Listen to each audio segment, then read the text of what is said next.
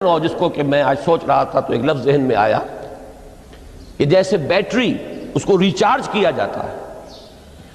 اسی طریقے سے روح کے اندر محبت خداوندی کی اس حرارت کو اثر نو تازہ کرنا، یہ ہے در حقیقت نماز کا اصل مقصد۔ اس لیے کہ اس لفظ کا بنیادی مفہوم، اصل لغوی مفہوم تو یہ، اگرچہ اس کا سب سے زیادہ کثرت سے جو استعمال ہوتا ہے اور لفظ صلاۃ جس سے در حقیقت جس تصور پر مبنی ہے وہ ہے اقدام، کسی کی طرف متوجہ ہونا اور پھر دعا۔ صلاۃ کا سب سے قریبی مفہوم لفظی جب بیان کیا جائے گا، اس سے مراد، اس کے معنی، تو دعا اس میں اہم ترین ہے۔ کسی کی طرف توجہ کرنا، مناجات کرنا، گفتگو کرنا، مخاطبہ، مکالمہ، دعا، یہ در حقیقت صلاۃ کا سب سے بڑا اصطلاحی مفہوم ہے۔ لیکن جو اس کا مادہ ہے، صاد لام واو یا صاد لام یا، اس کا اصل مفہوم جو ہے وہ تاپنا، حرارت حاصل کرنا۔ تو ان دونوں کے حوالے سے عرض کر رہا ہوں، وہ تاپنا اور حرارت حاصل کرنا وہ ہے روح کے اعتبار سے۔ وہ جو کہا اقبال نے کہ بجھی عشق کی آگ اندھیر ہے، مسلمان نہیں راہ کا ڈھیر۔ یہ عشق کی آگ جب بجھ جاتی ہے، در حقیقت یہی تو انسان کی روحانی موت ہے۔ جب یہ نہ رہے تو چاہے منطق میں بہت انسان ماہر ہو۔ مجھے اقبال کا ایک شعر یاد آیا ہے تقابل کرتے ہوئے، ایک انسان محکوم اور ایک انسان حر، آزاد انسان، ان کی نفسیات میں جو بنیادی فرق علامہ اقبال نے مختلف مواقع پر بیان کیے ہیں۔ محکوم ہے بیگانہ اخلاص و مروت، ہر چند کے منطق کی دلیلوں میں ہے چالاک۔ تو منطق کی دلیلوں میں انسان چالاک ہو جائے اور وہ لغت ہائے حجازی کا وہ ایک خزانہ بن جائے، اسے تمام الفاظ کے معنی یاد ہو، وہ بڑے مسائل فقہ کے اسے ازبر ہو، جزیات، بے انتہا جزیات جو ہیں وہ مستحضر ہو، فلسفے کے بڑے بڑے مسئلے اس نے حل کر لیے ہوں، لیکن اگر روح میں وہ اللہ کی محبت کی آگ نہیں ہے، وہ تپش نہیں، بجھی عشق کی آگ اندھیر ہے، مسلمان نہیں راہ کا ڈھیر۔ اسی کے حوالے سے آج مجھے یاد آیا تھا کہ وہ جو بڑی سادہ سی ایک نظم ہے، اللہ تعالیٰ سے دعا یا رب دل مسلم کو وہ زندہ تمنا دے، اس میں بھی جو الفاظ آئے ہیں جو روح کو گرما دے اور قلب کو تڑپا دے، یہ ہے اصل جو مقصود ہے نماز کا۔ اور یہی وہ چیز ہے جیسا کہ میں نے عرض کیا تھا کہ نگاہوں سے اوجھل، یہ پہلو سامنے ہے ہی نہیں، دوسرا پہلو سامنے ہے اور وہ بھی میرے نزدیک بہت اہم ہے، بہت بنیادی ہے، اس میں کوئی شک نہیں، لیکن یہ ہے بلند ترین منزل کہ تقرب الی اللہ۔ اس کے لیے در حقیقت یہ کس لیے درکار ہے؟ روح کے اندر عشق کی حرارت اور گرمی تازہ ہو جائے۔ بسا اوقات یہ اندر دب جاتی ہے، جیسے انگارہ ہوتا ہے آگ کا، اس کے اوپر خاک اور راکھ آ جاتی ہے، اندر کچھ ہوتی ہے، آگ دبی ہوئی سمجھ، آگ بجھی ہوئی نہ جان، اس دبی ہوئی آگ کو پھر ایک شعلہ بنانا، پھر اس کے اندر ایک حیات تازہ پیدا کرنا،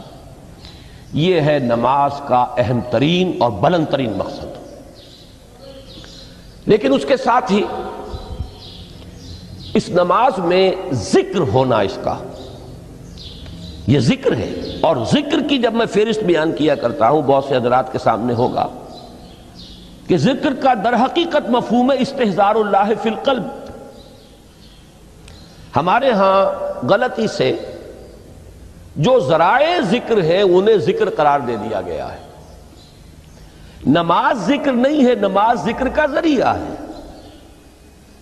اقیم الصلاۃ لذکری، نماز قائم کرو میرے ذکر کے لیے۔ یہ اللہ اللہ کہنا یا ادعیہ معصورہ جو حضور صلی اللہ علیہ وسلم کی مسنون دعائیں ہیں، انہیں اپنے تمام معمولات دنیاوی کے ساتھ ساتھ ان دعاؤں کو بھی انسان پڑھتا رہے، اللہ سے دعا کرتا رہے، یہ تمام ذرائع ذکر ہیں۔ سبحان اللہ الحمدللہ الحمدللہ، اس کا آپ ورد کیجئے، یہ بھی ذریعہ ذکر ہے۔ حقیقت میں ذکر ہے استحضار اللہ فی القلب، اللہ کو دل میں لے آنا، اللہ کو دل میں حاضر کر لینا، اصل میں تو ترجمہ ہوگا، لیکن حاضر جاننا، یہ کیفیت جو ہے انسان کو حاصل ہو جائے۔ اب اس کے حوالے سے ذرا بات سمجھیے کہ ایک تو میں عرض کر چکا ہوں مجسم ذکر تو قرآن ہے، لہذا ذکر کی فہرست جب آپ کریں گے ذرائع ذکر تو ان میں سب سے پہلے قرآن آئے گا، اس لیے کہ وہ ہماری حکمت کے پہلے مسئلے کو حل کر رہا ہے، بنیادی مسئلہ، اہم ترین مسئلہ۔ دوسرے نمبر پر ذکر جو ہے، اب اس کے لیے کچھ اصطلاحات جو میرے مختلف دروس میں شاید آپ کے سامنے بعد میں آئیں یا پہلی آ چکی ہوں، ان کے حوالے سے میری بات سمجھیے۔ ایک ذکر غیابی ہے، تھرڈ پرسن میں، صیغہ غائب میں اللہ کی یاد کرنا، اللہ اکبر اللہ اکبر اللہ اکبر۔ ابھی اللہ اکبر جو ہے یہ جملہ اسمیہ خبریہ ہے، ایک حقیقت کی تکرار آپ کر رہے ہیں، اللہ سب سے بڑا ہے، اللہ سب سے بڑا ہے، سبحان اللہ سبحان اللہ سبحان اللہ۔ یہ در حقیقت ذکر غیابی ہے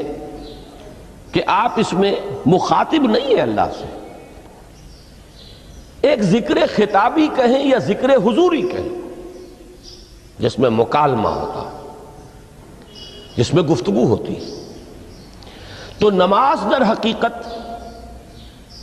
ذکر حضوری اور ذکر خطابی کی بلند ترین شکل ہے۔ اس لیے میں نے عرض کیا تھا کہ نماز کے لفظ یا صلاۃ کے لفظ، یہ اصطلاحی معنی جو اکثر و بیشتر کیے جاتے ہیں، وہ ہے دعا، اور دعا میں ہوتا کیا ہے؟ مکالمہ ہے، مخاطب، اے اللہ، اے میرے رب، اے پروردگار۔ پھر یہ کہ اس میں اقدام اور کسی کی طرف متوجہ ہونا، یہی وجہ ہے کہ افتتاح صلاۃ، نماز کو شروع کرنے کے لیے، ایک تو وہ الفاظ جو قرآن مجید میں آئے ہیں، انی وجہت وجہی للذی فطر السماوات والارض حنیفا وما انا من المشرکین، یہ ہے توجہ کا ارتکاز،